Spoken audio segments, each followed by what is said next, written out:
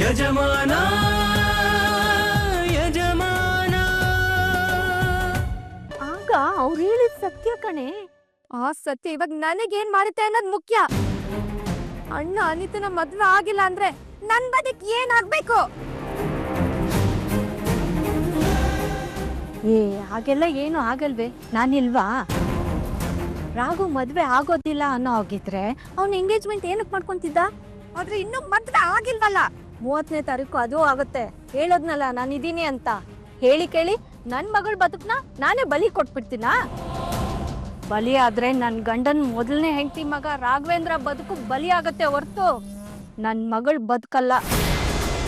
ನಾನೇ ಮುಂದೆ ನಿಂತು ರಾಘವೇಂದ್ರನ್ ಕೈಯಲ್ಲಿ ಅನಿತಾಗೆ ತಾಳಿ ಕಟ್ಟಿಸ್ತೀನಿ. ನನ್ ಮನೆಗೆ ಅವಳನ್ನ ತುಂಬಿಸ್ಕೊಂತೀನಿ. ಹಾಗಾದ್ರೆ ಜಾತಕ ಹೇಳ್ತಿರೋದು ಸುಳ್ಳು ಮಾಡಿಸ್ತೀನಿ. ಆ ಸ್ವಾಮಿಗಳ ಮಾತು ನಡಿಯೋಕ್ ಬಿಡಲ್ಲ.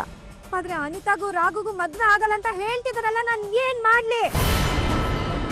ಏನಿದು? ಪಲ್ಲವಿ ಯಾಕೆ ಈ ತರ ಕಿರ್ಚಾಡ್ತಿದ್ದಾಳೆ? ಯಾಕಮ್ಮ, ಏನಾಯ್ತು? ನೋಡೋಣ. ಪಲ್ಲವಿ ಅದಕ್ಕೆ ರೂಮಲ್ಲಿ ಏನೋ ಕೂಗಾಡ್ತಿದ್ದಾರೆ. ಅದೇನೋ ಸ್ಪಷ್ಟವಾಗಿ ಕೇಳಿಸ್ತಿಲ್ಲ, ಬಟ್ ಸಿಟ್ನಲ್ಲಿ ಮಾತಾಡ್ತಿದ್ದಾರೆ ಅಂತ ಗೊತ್ತಾಗ್ತಿದೆ. ಮಿಥುನ್, ಏನಾದ್ರೂ ತೊಂದ್ರೆನಾ? ಅಂಥದ್ದೇನಿಲ್ಲಮ್ಮ.